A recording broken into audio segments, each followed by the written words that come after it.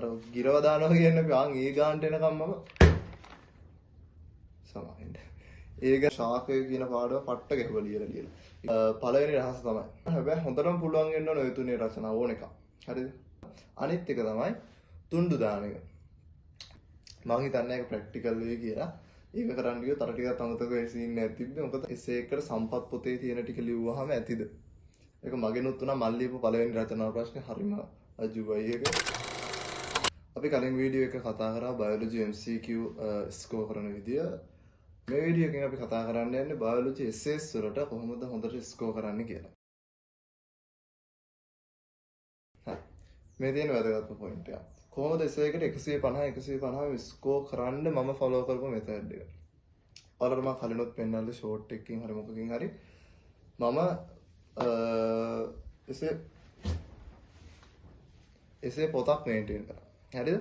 ඒ essay පොතේ පළවෙනි පිටුවේ පටුනක් විදියට දාගෙන අහන්න පුළුවන් essay questions ඔක්කොම වගේ රචනා මේ මාතෘකා ටික ලියාගත්තා. හැබැයි මේ දෙවෙනි පාඩමටයි හතරවෙනි පාඩමටයි පස්වෙනි පාඩමටයි විතරයි. හරිද? මොකද ඒ තුනෙන් වැඩිපුර අහන්නේ. ඒ තුනේ essays මේ මාතෘකා ටික පල්ලෙහාට ලියාගත්තා. හැමදාම වගේ දෙකක් උදේ නැගිට ගමන් දෙකක් ලියනවා, නිදා ගන්න කලින් දෙකක් ලියලා ඒ මාතෘකාව ඉතින් මම මෙතන මේ මාතෘකාව ලිව්වා නම් මේ මාතෘකාවට අදාළ රචනා ප්‍රශ්න තමයි මම ලිව්වේ. ප්‍රභා සංශ්ලේෂණය කියලා. ඒක ඉස්සෙන් ප්‍රගණන ලකුණක් දැම්මා. එක සැරේ. ආයෙ සතියකින් විතර ආයෙ කල් ලියනවා. 2යි, 3යි, 4යි. ආන් ඒ වගේ දෙවෙනි පාඩමේ නම් අනිවාර්යෙන් 5ක්වත් එක රචනා ප්‍රශ්නයක් ලියුණා. හතරවෙනි පාඩමේවත් ගොඩාක් ලිව්වා. දෙවෙනි පාඩමට වඩා මම හතරවෙනි පාඩමේ ශාකයෙන් ලිව්වේ. පස්වෙනි පාඩමේ අර තරම් ලිව්වේ නෑ. මොකද බල්ක් එක වැඩි හින්දා. පස්වෙනි පාඩමේ එකක් දෙකක් දෙසරයක් විතර ලිව්වා. හරි. ඔය පාඩම් තුනට මම essay පොතක් මේන්ටේන් කරා. ලිව්වා කියන කට පාඩම් වෙන තරමට ලිව්වා ඒ essay ටික. හරිද? ඒකයි මම ඒවට 150 ගත්තේ. හැබැයි ඕක මට කරන්න බැරි වුණා ඊටු පාඩම් වලට. 7 වෙනි පාඩම, 8 වෙනි පාඩම, 9 වෙනි පාඩම වලට ඉතින් එහෙම මම හිතන්නේ ඒක ප්‍රැක්ටිකල් වෙයි කියලා. ඒක කරන්න ගියොත් අර ටිකක් අමතක වෙයි සීන් එකක් තිබ්බේ. මොකද ඒ පාඩම් වල එච්චර දරුණුවට අහන පාඩම් නෙමෙයිනේ. පාරිසරික අනුක ඔය වගේ අගාග පාඩම් අහනවා. අහන්න නැත්තේ නෑ. දරුණුවට අහන්න. හැබැයි මම ඒ වලින් අහන්න පුළුවන් හැම රචනා ප්‍රශ්නෙම එක සැරේ ගානේ වගේ ලිව්වා. පාරිසරිකවල බියෝම ගැන එක සැරයක් ලිව්වා. ඊට පස්සේ ඒකෙන් අහන්න පුළුවන් ගෝලී යොන්සන් කතන්දර අරවා මේ වගේ ලිව්වා. අනුක ජීව විද්‍යාව හැම එකම ලිව්වා. ප්‍රවේණියයි ව්‍යවහාරිකයි කියන දෙක ඇර ඊටු ඔක්කොම ලියලා ගියා. මොකද මම ඒවා ලියන්නේ නැහැ කියලා තිර අදිටණකින් ගියේ. මොකද මම අනික් ඔක්කොම ලෑස්ති වෙලා අනිගියේ. එහෙනම් මට අර දෙක කිසි මේ දෙතරයක් හිතන්න නැතුව හලන්න පුළුවන් පසුබිමක තිබ්බා. මොකද මම අනික් ඔක්කොම හොඳටම වතුර වගේ සෙට් කරගෙන ගියේ. හරිද? ආන් එහෙම තමයි මුලින්ම පොත හදාගත්තේ. ඊට පස්සේ මොකද කරන්නේ? ටයිම් තියලා ලියන්න. 30යිනේ ටයිම් එක. 30 වුණාට ඔයා 30ට ලියන්න. ඔයා 25ට හෝ 20ට ටයිම් තියාගන්න. ඒක ලියන්න පුළුවන් තරම් ඒ විනාඩි 25 හෝ 20ට ලියන්න බලන්න. එහෙම තමයි ටයිම් එක හදාගන්නේ. හරිද? ලියලා චෙක් කරන්න සම්පත් පොතේ. පොයින්ට් ටික තියෙනවද? හරි දාගෙන යන්න. වැරදිච්ච මගහැරිච්ච පොයින්ට් තියෙනවනේ. රතු පාටින් ලියා ගන්නවා. හරිද?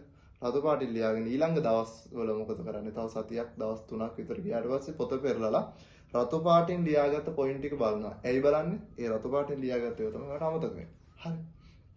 ඒ හින්දා ඒ වගේ අමතක වෙන පොයින්ට් ටික ආපහු බලාගත්තට පස්සේ ඕක දෙතුන් සැරයක් කරාට පස්සේ ආර හොඳට මතක වෙනවා. මොකද්ද කරන්නේ? මම මුලින්ම මතක් කරන්න පොතක් ගන්නවා. ඒ පොතේ ඉස්සරහා පටුනේ ලියනවා අහන්න පුළුවන් රචනා ප්‍රශ්න ටික, ඒ මාතෘකා ටික. දෙවෙනි පාඩමේ ටික ගමුකෝ. ඒ මාතෘකා ටික ඉස්සරහා ලියා ගන්නවා. ලියන එකක් ගන්න ඉස්සරහෙන් ප්‍රගණන ලකුණු දාගෙන යනවා. ඊට පස්සේ ලියලා ලියන්නේ ටයිම් තියලා. හරි. ටයිම් තියන්නේ 25 විනාඩි 20ක් වගේ වෙලාවකට. ඊට පස්සේ ලියලා පොයින්ට් බලනවා සම්පත් පොතෙන් හරි වගේ නෝට් එකෙන් හරි.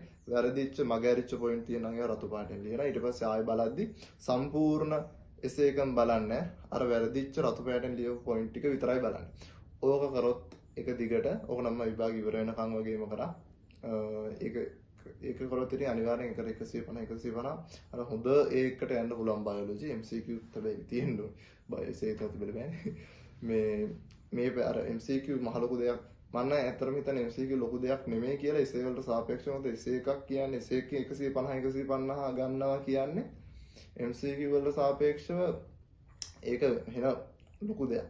මට අනුව නම්. ඒක ඔයාලට තේරෙයි කරගෙන ගියාට පස්සේ අන්න එහෙම තමයි essay වලට 150 ගන්න.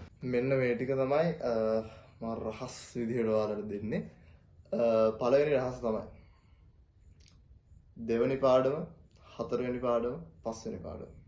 ඒකේ ජීව රසායනික සහ ශෛලීය පදනම ශාකයේ සත්වය. ඔය පාඩම් තුනේ හැම රචනා ප්‍රශ්නයකටම හොඳටම සුපිරියට පුරුදු වෙලා යන්න. මොකද ওই පාඩම් තුනෙන් බොහෝ දෙනාට ප්‍රශ්න 4ක් එනවා. ඒ 4ටම ලියන්න පුළුවන්. හරි. මම ලිව්වෙත් එහෙම. ආයි මයික්‍රෝබයොලොජි තියෙනවා, අණු ජීව විද්‍යාව තියෙනවා. ඒවා අරකින් බැරි වුණොත්ම ලියන්න try කරන්න. මම කියන්නේ අරව බලන්න එපා කියලා නෙමෙයි. අර පාඩම් තුනේ හැම එකක්ම දෙතුන් සැරයක්වත් අනිවාර්යෙන් ලියන්න ඕනේ. හරි දෙවෙනි පාඩම වෙන පුළුවන් තරම් ලියන්න. කටපාඩම් වෙන තරමට ওই පාඩම් තුනේ ටික ලියන්න. මම කිව්ව විදිහට අර පොත මම කියනවා ඉස්සරහට පොතක් හදන්න කියලා. ඒ පොතට ওই පාඩම් තුනේ ටික විතරක් දාගන්න. හරි.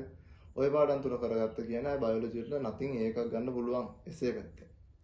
ඔය පාඩම් තුනක් කියලා කිව්වට ඒක වෙන බල්ක් එකක්. සත්‍ය පාඩම වෙන ලොකුයිනේ. ශාකයත් ප්‍රමාණයෙන් පොඩි වුණාට සත්‍යයට වඩා ප්‍රබල පාඩමක් තමයි ශාකය කියන්නේ. පිටු අඩුයි හැබැයි මාර ලකුණු contribution එකක් තියෙන යාගේ පේපර් එකට. ඇත්තම වශයෙන් ගත්තොත් සත්‍යයට වඩා ශාකය තමයි මෙතන ප්‍රබලම පාඩම. දෙවෙනි පාඩම ඉතින් හැමෝටම හොඳටම වෙන පාඩමනේ. හැමෝම මුලදී හොඳට වැඩ කරනවා. පස්වෙනි කිලෝ ගන්න. හරිද? ඒ හින්දා දෙවෙනි පාඩම, හතරවෙනි පාඩම, පස්වෙනි පාඩම හොඳටම කරගෙන. ඕක තමයි ප්‍රධානම මට දෙන්න තියෙන රහස. අනිත් එක තමයි තුන්ඩු දාන එක. මේක මම කරේ අර වලට මම කලිනුත් කියලා ඉතින් මේක. අර ඔය කිව්ව ප්‍රධාන පාඩම් තුනට අමතරව තියෙන පාඩම් ටික 7 වෙනි පාඩම 8 වෙනි පාඩම අර සෙට් එක. ඒ පාඩම් වලට තමයි මම මේක කරේ. මොකද්ද වෙන්නේ? අණු ජීව විද්‍යාවෙන් අහන්න පුළුවන් රචනා ප්‍රශ්න ටික ගොඩාක් අහන්නේ නැහැ වලින්. බොහොම කීපේ 14යි අහන්නේ. ඒ ටික තුන් විදිහට ලියාගෙන නමල පෙට්ටියකට හරි ජෑම් බෝතලයකට හරි දාගන්න. මම දාගත්තේ විදුලි ජෑම් බෝතලයකට. හරි ඊට පස්සේ පාරිසරික ඔක්කොම දාන්න. ඊට පස්සේ හැමදාම උදේ නැගිටලා ඒකෙන් දෙකක් තුනක් එළියට අරගෙන අහම්බෙන් ගන්න රැන්ඩම්ලි අරගෙන ඒවා ලියනවා. ඒක මොකද්ද තියෙන්නේ කියලා බලලා ඒක ලියනවා. හරිද? ඊට පස්සේ ඒක වෙනම තැනකින් තියෙනවා. ආයේ ඊළඟ දවස් දෙකක් ගන්නවා. ඒ දෙක ලියනවා. හරිද? ඔහොම ජෑම් බෝතලේ හිස් වෙනකම්ම ලියන්න ඕනේ. ඊට පස්සේ මම ව්‍යවහාරික ප්‍රවේණියයි හැර ඉතුරු පාඩම් 3-4 ටෝක් කරේ. හරිද? එහෙම දෙතුන් සැරයක් විතර ජෑම් බෝතලේ දෙසරයක් ගියාම ඇති ඒක. හරිද? මොකද ওই පාඩම් වල එච්චර වතුර වගේ යන්න ඕනේ. ගොඩාක් පොයින්ට් උත් නෑ පාඩම් කරන්න. ලේසි. ඒ හින්දා මේ පාඩම් වලට ඒක කරන්න. ඔය දෙක තිබ්බත් ඔය දෙකම ඉතින් ඇති හොඳ ඒකකට යන්න. අනෙක් ටික මම කියන්නේ අර හොඳට වල රෑන්ක් එකක් දාන්න. බයොලොජි පැත්තෙන් රෑන්ක් එකක් දාන්න දෙන contribution එකට අර හොඳයි. 150 150 ගන්න. මේ හැම එකක්ම එකට එක්කාසු කරගන්න. ඔන්න දැන් තමයි වැදගත්ම පොයින්ට් එක කියන්නේ. يعني කොහොමද ටයිමින් හදාගන්නේ? සාමාන්‍යයෙන් A level paper අපිට biology essay question එකකට පැය භාගයක් හම්බ වෙනවා. ඔව් පැය භාගයක් හම්බ වෙනවා.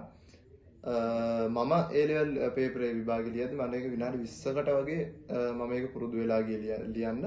මොකද මම රචනා 400කට වඩා ගෙදරින් ඉඳන් ලියලා 400කට වඩා මම ගෙදරින් ඉඳන් ප්‍රැක්ටිස් වෙලා තිබ්බා. හරිද?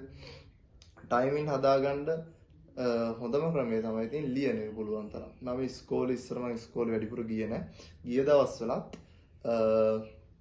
පේපර් බන්ඩල් එකක් අරගෙන ඉස්කෝලේට ගියේ. මොකද මම බයෝ වලටනේ වැඩිපුර වැඩ කරේ. ඉතින් ඉස්කෝලේ ගිහිල්ලා හිස් පීරියඩ් එකක් හම්බෙච්ච ගමන් මම පුළුවන් තරම් ඔය ශාකය කියන පාඩම පට්ට ගැහුවා ලියලා. ඒ කියන්නේ ශාකයේ පාඩම මට අර ගිරව දානවා කියන්නේ ඒ ගානට එනකම් මම සමාවෙන්න.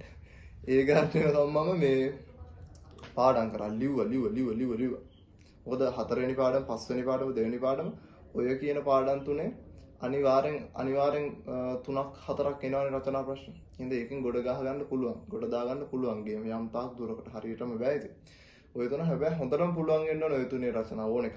හරිද? ඒ තුනෙන් පුළුවන් වුණා කියන්නේ ඉතින් ගොඩම තමයි. ලියන්න ඕනේ පුළුවන් තරම්. මාතෘකා දාගෙන පටුණක් විදියට දාගෙන හරි ලියන්න. එසේ එන්නේ සම්පත් පොතෙන්මද? එහෙම නැත්නම් එසේ එකට සම්පත් පොතේ තියෙන ටික ලිව්වහම ඇතිද? සම්පත් පොතේ තියෙන ටිකත් බොහොම අමාරුවෙන් ඔය පළවෙනි කාලේ සාමාන්‍ය ළමයි වගේ ප්‍රශ්න අහුවට ඇත්තටම අපි දන්නවා අගට වෙද්දි සම්පත් පොතේ තියෙන ටිකත් බොහොම අමාරුවෙන් අපි එසේ එකට ලියන්නේ නේ. ඒ කියන්නේ ඔයාලගේ ටියුට් එකේ තියෙන ටිකත් අපිට අමතක වෙන කාලයකදී බල්ක් එක එන්න වැඩි වෙනවා බයොලොජි වල. එතකොට ඇත්තටම කිව්වොත් සම්පත් පොතේ සිලබස් එකේ තියෙන ටික විතරයි මාකින් ස්කීම් එකට එන්නේ.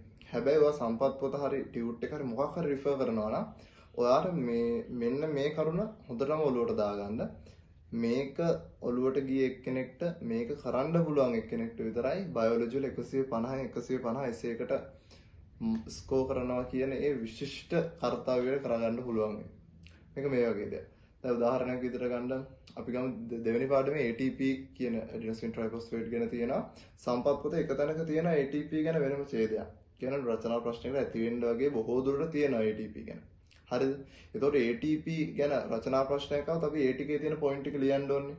හැබැයි ATP ගැන තව වාක්‍ය දෙකක් තුනක් ඔය සාරවත් ශක්ති වාහකයා බැක්ටීරියා වලින් ඉඳන් හැමෝටම ATP ඕනි කියන ඒ වගේ පොයින්ට් දෙකක් තුනක් ප්‍රභා සංශ්ලේෂණය පටන් ගන්න තැනට කලිනුත් තියෙනවා.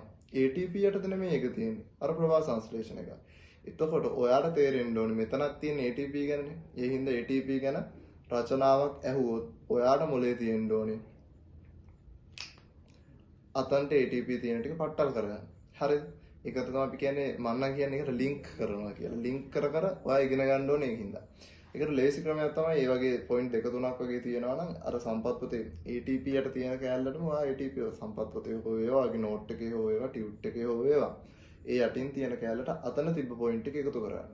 ඔය එකම පාඩමේ මේ ලින්ක් වෙනේව නම් අවුලක් නැහැ කියමු. හැබැයි සමහර DNA ගැන හරියන්න આવොත් 7 වෙනි පාඩමේ සමහර ඒවා තියෙනවා. අණුක ජීව විද්‍යාවේ පොයින්ට් තියෙනවා. දෙවෙනි පාඩමේ අණුක ජීව විද්‍යාවේ පොයින්ට් තියෙනවා. මට මතක විදියට මේ සැරේ 24 බයෝ පේපරේ ආපු පළවෙනි රචනා ප්‍රශ්නේ ඒ වගේ එකක් නෙනේ. ඒක ප්ලාස්මෝඩ්ලේ මොකද්ද DNA මම හිතන්නේ දෙවෙනි පාඩමේ 7 වෙනි පාඩමේ එකට එක්කාසු කරලා අහපු එකක්. යාන් ඒ වගේ ලින්ක් කරලා අහන්නේ දැන් ප්‍රශ්නේ. ඒ හින්දා මම ඒක මේ පාඩම් කරන විදිහ ඔයාලට තේරෙයි කොච්චර බෙනිෆිෂියල්ද කියලා ලින්ක් කර කර පාඩම් කරන විදිහ. මොකද දැන් එන පේපර්ස් වලට අහන්නේ ප්‍රශ්න ලින්ක් කර කර. ඒකට හොඳම උදාහරණය තමයි හොඳම සාක්ෂිය තමයි මේ පහුගිය 2024 A level පේපරේ ආපු බයෝ essay question එක. රචනාව ලියද්දී ළමයින්ගෙන් වෙන බහුතර ළමයින්ගෙන් කොමන් වැරදි මිස්ටේක්ස් ටිකක් තියෙනවා. ඒක මගෙනුත් උනා මම ලියපු පළවෙනි රචනා ප්‍රශ්නේ හරිම අජුබයි එක. මට මතකයි ප්‍රාග්නස්ටික සහ සූනස්ටික සෛල සංවිධාන අතර වෙනස පැහැදිලි කරන්න කියලා තිබ්බේ. මම පටන් ගත්තා අර ඔලියල් පුරුද්දට අර විචාර ලියව පුරුද්දට මට හොඳට මතකයි.